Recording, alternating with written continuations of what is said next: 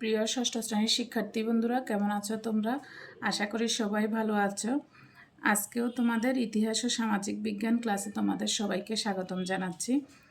গত ক্লাসে আমরা তোমাদেরকে যে নিয়ম ছাড়া কোনো কাজেই করা সম্ভব না, করলেও সেই কাজে কোনো সফলতা আসে না, সেই বিষয়ে তোমাদের সাথে সেটা নিয়ে আলোচনা করা হয়েছে।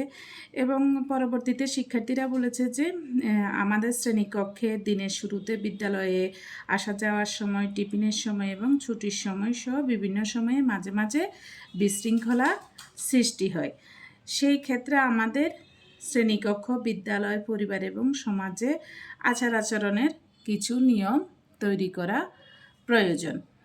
তো প্রিয় শিক্ষার্থী বন্ধুরা, আজকে আমরা তোমাদের শ্রেণীকক্ষের অনুসরণের কিছু নিয়ম সম্পর্কে তোমাদের সাথে আলোচনা করব। শ্রেণীকক্ষে পড়ানোর সময় শিক্ষক যখন পড়াবে তখন হইচই না করা, শ্রেণীকক্ষের আসবাবপত্র অপরিচ্ছন্ন না করা, অন্যের মতামতের প্রতি শ্রদ্ধা পোষণ করা, নিজের মতামত দেওয়ার আগে শ্রেণীকক্ষে হাত তুলে অনুমতি নেওয়া, সহপাঠীদের সাথে দেখা হলে তাদের সাথে হাসি মুখে কুশল বিনিময় করা। এছাড়াও আরও অনেকগুলো নিয়ম আছে, সেগুলো তোমরা পালন করতে পারো, সেগুলো তোমরা অনুসরণ করতে পারো। যেমন কেউ যখন কথা বলবে তখন তা ধৈর্যের সাথে সেই কথা শোনা, শ্রেণীকক্ষ পরিচ্ছন্ন রাখার বিষয়ে নিজ দায়িত্বে সেই কাজগুলো করা, কোনো সহপাঠীর কোনো জিনিস ধরার আগে তার থেকে অনুমতি নেওয়া, এবং এর পরবর্তীতে যে কোনো বিষয়ে বিরোধ হলে এক সহপাঠীদের সাথে যখন কোনো ধরনের বিরোধ হবে তখন একসাথে বসে আলোচনা করে সেই বিরোধের মীমাংসা করা। এভাবে শ্রেণীকক্ষে এই নিয়মগুলো তোমরা অনুসরণ করতে পারো। এছাড়া বিদ্যালয়ে অনুসরণের জন্য কিছু নিয়ম তোমাদেরকে তৈরি করতে হবে এবং এই নিয়মগুলো আমি তোমাদের সাথে আলোচনা করছি যাতে তোমরা সেগুলো সহজেই তোমরা করতে সহযোগিতা পাও।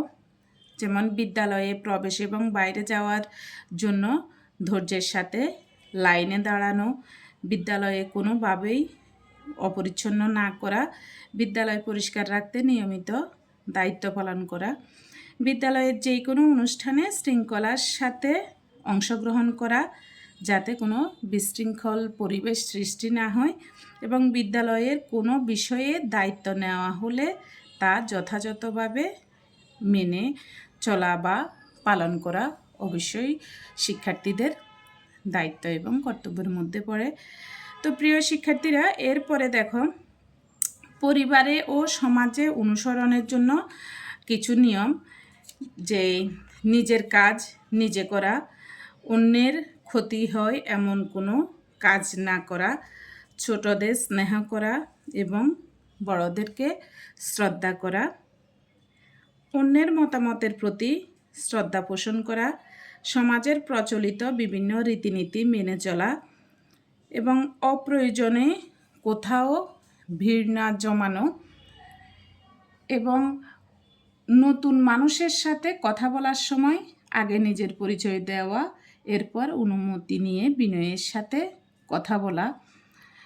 এরপর তোমরা এখানে আরও যুক্ত করতে পারো ধর্ম, বর্ণ, নারী, পুরুষ, সামাজিক অবস্থান নির্বিশেষে সমাজের সব মানুষের প্রতি শ্রদ্ধা পোষণ করা, কারো মতামত পছন্দ না হলে তাকে তা বুঝিয়ে বলা, রাস্তায়, হাটে বাজারে ও যে কোনো সমাবেশে এমনভাবে চলা যাতে অপরের চলাচলে কোনো ধরনের সমস্যা না হয়। তো প্রিয় শিক্ষার্থী বন্ধুরা, তোমরা শ্রেণীকক্ষে, বিদ্যালয়ে, পরিবার ও সমাজে অনুসরণের জন্য যে নিয়মগুলো দেওয়া হয়েছে সেই নিয়মগুলো তোমরা অবশ্যই পালন করতে পারবে, এবং একইভাবে কোনো নিয়ম অপ্রয়োজনীয় হয়ে গেলে সেটা বাদও দিতে পারবে। এই নিয়মগুলো তোমরা সারা বছর নিয়মগুলো তোমরা মেনে চলো। যদি নতুন নিয়ম যুক্ত হয় প্রয়োজনে আমরা শ্রেণীকক্ষে সেইগুলো আলোচনার মাধ্যমে আমরা সেটা এই নিয়মগুলোর সাথে সেগুলো যুক্ত করব এবং কোনো নিয়মের যদি কোনো সমস্যা হয় সেগুলো আমরা কিছু সংশোধন করে তা অনুসরণ করব। তো প্রিয় শিক্ষার্থী বন্ধুরা, এই আলোচনা থেকে তোমরা এই চার্টটা তোমরা আশা করি ফিল আপ করতে পারবে। ধন্যবাদ সবাইকে। পরবর্তী ক্লাসে আবার তোমাদের সাথে দেখা হবে। সে পর্যন্ত সবাই ভালো থাকবে, সুস্থ থাকবে। ধন্যবাদ।